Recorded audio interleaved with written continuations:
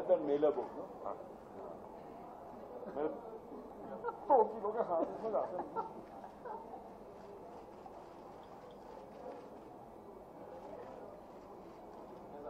Okay. मेरे हाथ से खून चले जा रहे हैं, बहुत छोटे। Right. Enough. I'll start knocking people out now.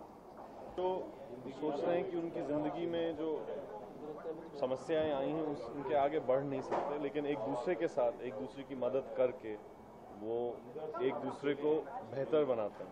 और एक बॉक्सर है और एक आपको किताब पढ़नी है कि सोनिया की कहानी क्या है, कि कमाल की है। तो एक दूसरे के साथ वो कैसे एक दूसरे की मदद करते हैं और एक दूसरे को दिखाते हैं कि अगर आप अपने आप को कभी माफ़ कर दें तो फिर दुनिया भी आपको माफ़ कर देगी।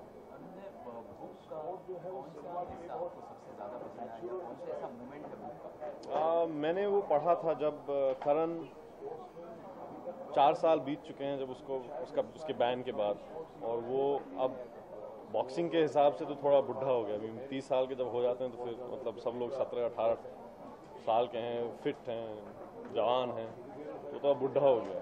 तो वो जब ख्वाब देखता है कि मैं वापस जा सकता हूँ, मैं फिर से बॉक्सर बन सकता हूँ, मैं तरक्की जीत सकता हूँ, लेकिन उसको सिर्फ अपने पुराने कोच के साथ काम करना है, जिससे वो 4-5 साल से उन्हें एक शब्द भी नहीं एक दूसरे से कहा।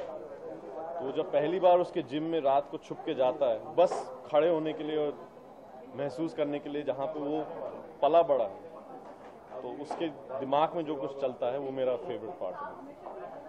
निधि जी की बात करें तो पहली बार डेब्यू कर रही है जी। और बुक में उनको काफी एक्सपीरियंस है, लेकिन डेब्यू कर रही है तो उनके साथ नहीं, उनको ज़्यादा एक्सपीरियंस फिल्म में, वो शॉर्ट्स और टीवी फिल्म्स, और सुधीर जी के साथ हम लोग ने पोस्ट प्रोडक्शन में काम किया।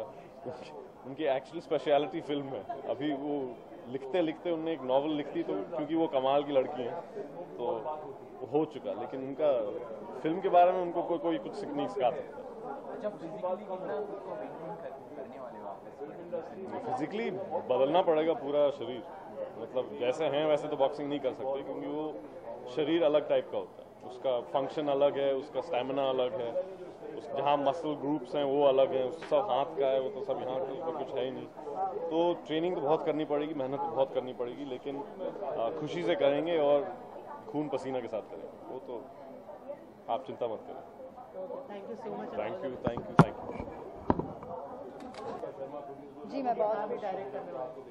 जी मैं बहुत खुश हूँ। I am very lucky and I am happy कि ये किताब पर हम लोग पिक्चर बना रहे हैं।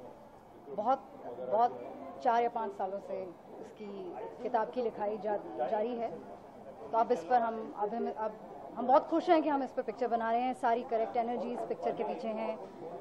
हमने पिक्चर आज अनाउंस की है, तो ऑब्वियसली मैं बहुत खुश हूँ। बुक की बात करें तो किस तरह की बुक है, थोड़ी ऑडियंस को थोड़ा बताइए। ये किताब ये कहानी एक बॉक्सर की कहानी है, और ये बॉक्सर है जिसने किताब की शुरू में अपनी ज़िंदगी का सबसे इम्पोर्टेंट मैच खो दिया है, और वो बैन हो जाता है।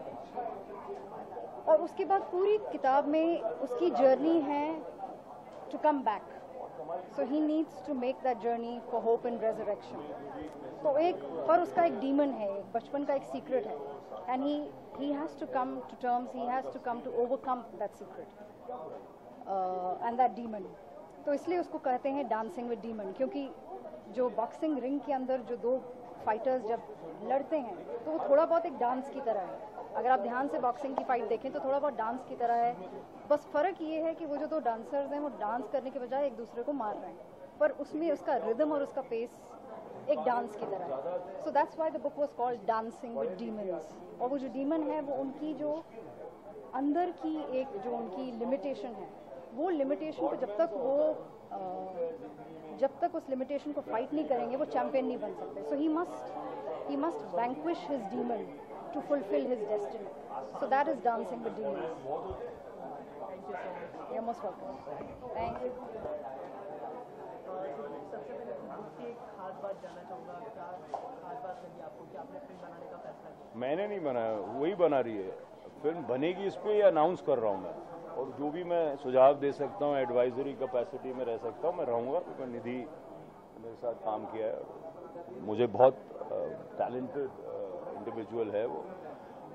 किताब बहुत ही अच्छी है, बहुत बारीकी से लिखी है, बहुत ग्रिपिंग है, बहुत जो किरदार हैं उनके अंदर बहुत मानसिक चीज़ों में बहुत अंदर बहुत कमाल की तरह घुसती है। उसका जो बॉक्सिंग सीन्स हैं और जिस तरह से वो डिस्क्राइब्ड हैं वो बहुत अच्छे हैं, बहुत एक्साइटिंग हैं। बहुत अच्छी फिल्म बनेगी। किताब भी अपने आप में बहुत अच्छी है, दो किरदार बहुत ही अच्छे हैं, एक जो मेन हीरो हीरोइन बोले या जो मेन प्रोटैगनिस्ट बोले बहुत अच्छे। और मैं बहुत ज़्यादा इम्प्रेस हुआ इस किताब को पढ़।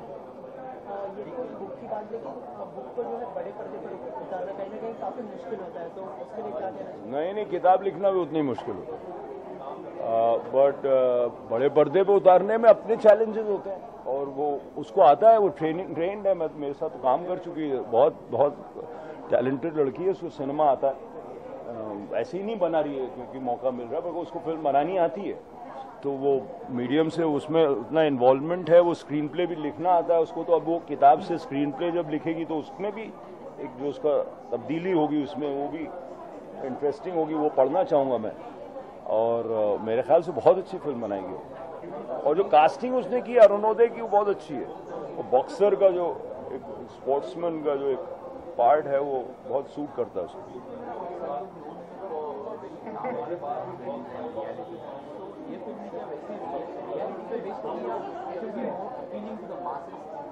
नहीं, अच्छी है। आई थिंक इट्स मोर मतलब अपीलिंग फिल्म, और वो एक होप की फिल्म है। एक तो एक्शन है, तो वो अच्छा है, और एंड में एक होप है, तो एक लव स्टोरी है बीच में बड़ी इंटरेस्टिंग। तो मेरे ख्याल से सबको अपील करनी चाहिए। और बुक में से कोई खास मोमेंट ऐसे जो आपको पसंद आया हो स्पेसिफिकली चैप्टर्स?